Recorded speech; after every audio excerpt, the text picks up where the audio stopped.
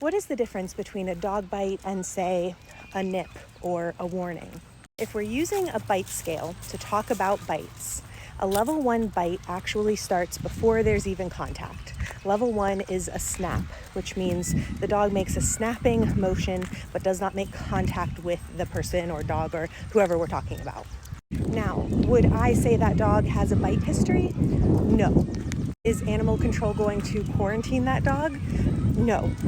But if I'm talking about risk assessment, this is absolutely relevant when considering the bite risk.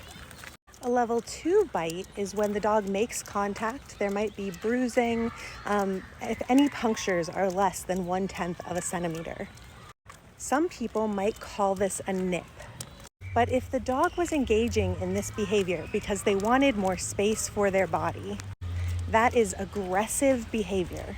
And I think it's important that we call this what it is, a bite, and not try to downplay it by calling it a nip.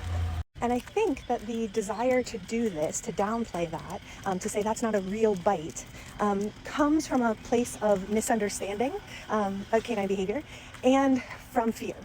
We tend to think of dogs who bite as bad dogs, as aggressive dogs, and we can't reconcile that with the dog in front of us who is generally very sweet, who is biting because they are fearful or in pain, for whom this is out of character. The dog who loves us and loves kids and, loves people. We have this idea of what aggression looks like, and generally our dog doesn't match that description. So we think, this isn't aggression, this isn't a bite. But it is, and that's not a moral judgment because dogs who bite are not bad dogs. Dogs who bite usually have been communicating for a minute that they need more space for their body. They are usually fearful and or painful, and that doesn't have to be a chronic situation. And then I think the other reason is fear, right? If we label this a bite, what does that mean? Is my dog at risk? Am I at risk? Is our whole life about to change? And that's totally fair.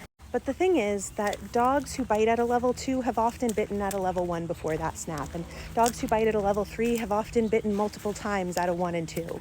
And so if we don't treat this for what it is, we can miss out on the opportunity to really support our dog before things escalate further.